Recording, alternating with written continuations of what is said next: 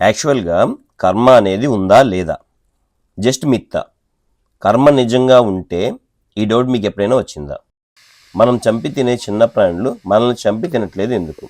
So కర్మ లేదు అని అనుకోవచ్చా?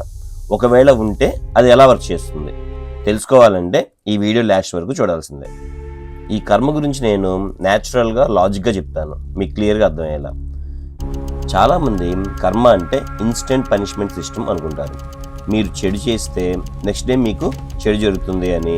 బట్ నిజంగా అలా జరుగుతుందా? కర్మ అంటే ఇమీడియట్ పనిష్మెంట్ కాదు, కానీ ఫిలాసఫీలో కర్మ అంటే simple meaning action consequence. Example, junk food daily తింటే నెక్స్ట్ డే చంపేస్తుందా? లేదు, ఇమీడియట్గా చంపదు, కానీ స్లోగా హెల్త్ని డిస్ట్రాయ్ చేస్తుంది. అబద్ధం చెప్తే ఇమీడియట్గా పనిష్ అవ్వకపోయినా కానీ ట్రస్ట్ మాత్రం స్లోగా పోతుంది. సో కర్మ అంటే ఇమీడియట్ టిట్ ఫర్ టాట్ కాదు, అది యాక్షన్కి కాన్సిక్వెన్స్ సిస్టమ్. ఇంకో డౌట్ ఏంటంటే, నేచర్ మనకి ఫ్రూట్స్ వెజిటబుల్స్ ఇస్తుంది, కానీ మనం యానిమల్స్ని చంపి తింటున్నాం. కర్మ నిజం అయితే అవి మనల్ని కూడా చంపి తినాలి కదా.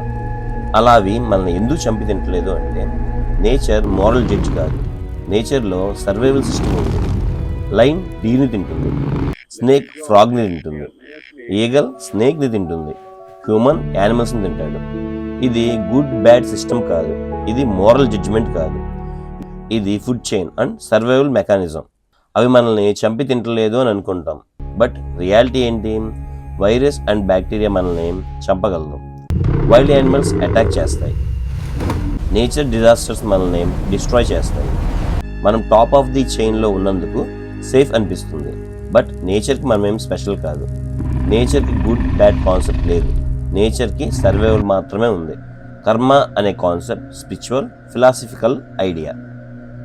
నేచర్ అనేది బయోలాజికల్ సిస్టమ్, రెండు డిఫరెంట్ లేయర్స్. అసలు కర్మ ఉందా లేదా?